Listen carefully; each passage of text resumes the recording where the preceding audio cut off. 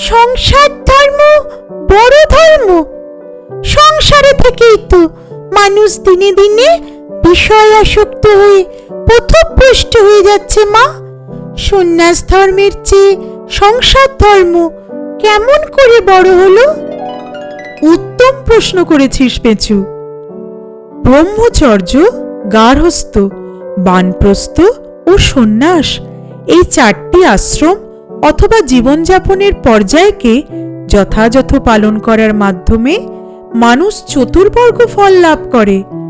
ধর্মপথে সুদৃঢ় থেকে প্রয়োজনীয় অর্থ উপার্জন করার জন্য সচেষ্ট হয়ে পবিত্র মনে দৈহিক ও মানসিক কামনা বাসনা পূর্ণ করতে পারলে ধর্ম, অর্থ ও কাম এই ত্রিবর্গ ফল অনায়াসেই প্রাপ্ত করা সম্ভব।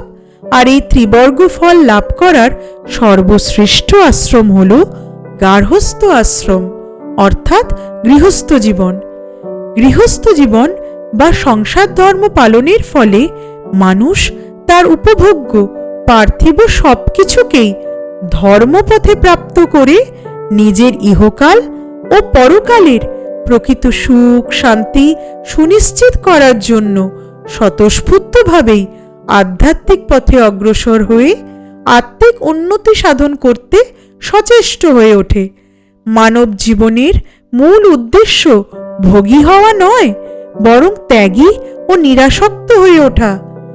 এই সংসারে থেকেও ত্যাগের মাধ্যমে পরম আনন্দ লাভ করার সুঅভ্যেস গঠন করার নামান্তরই মোক্ষ লাভ করা।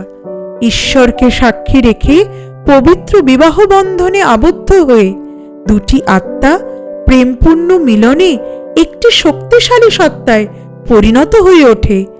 আজীবন একে অপরের অবিচ্ছেদ্য অঙ্গরূপে যে কোনো দম্পতির নিষ্ঠা সহকারে সংসার লালন পালন করার মতো মহৎ কার্যের সুফল ভোগ করে সমগ্র জগৎ সংসার।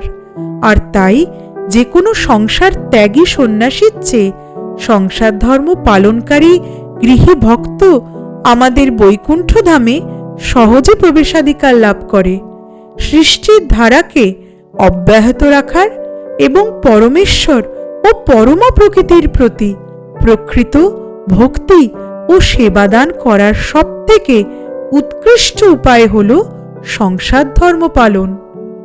সেই জন্যই সংসার ধর্ম বড় ধর্ম পেঁচু, যার মাধ্যমে ধর্ম, অর্থ, কাম এই ত্রিবর্গ ফল অনায়াসেই প্রাপ্ত হয় এবং মোক্ষ লাভের পথ নিশ্চিত রূপে সুগম হয়ে যায়।